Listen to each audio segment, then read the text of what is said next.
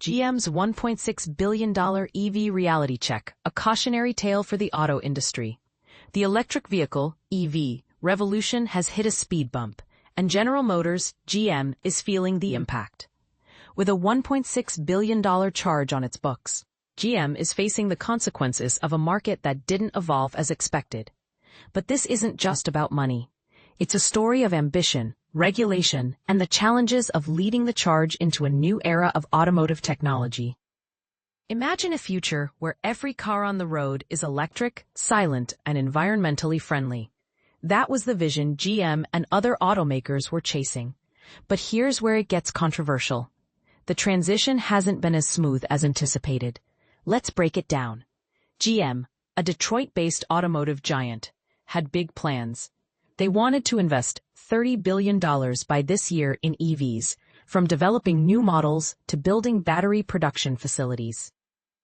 It was an ambitious move, but one that didn't pan out as hoped. And this is the part most people miss. The regulatory landscape played a crucial role. Under the Trump administration, federal tax credits for EV purchases were terminated, and emissions regulations were relaxed. Compare that to President Joe Biden's administration, which has championed EVs. So GM's plans were not only about technology, but also about navigating a shifting regulatory environment. The $1.6 billion charge is a result of adjustments to GM's EV capacity.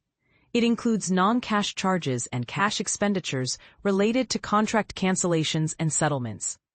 In simpler terms, GM had to write off some of its EV investments and pay fees to get out of certain deals. GM isn't alone in this. Their crosstown rival, Ford Motor, announced a similar impact of $1.9 billion on its EV plans. Ford had to write down manufacturing assets and cancel or delay EV projects, including a large electric SUV that was already in advanced stages of development. This story raises important questions.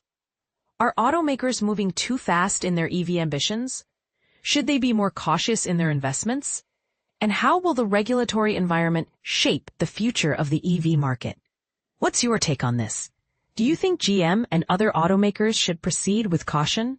Or is this a necessary risk in the transition to a greener automotive future? Share your thoughts in the comments. We'd love to hear your perspective on this evolving story.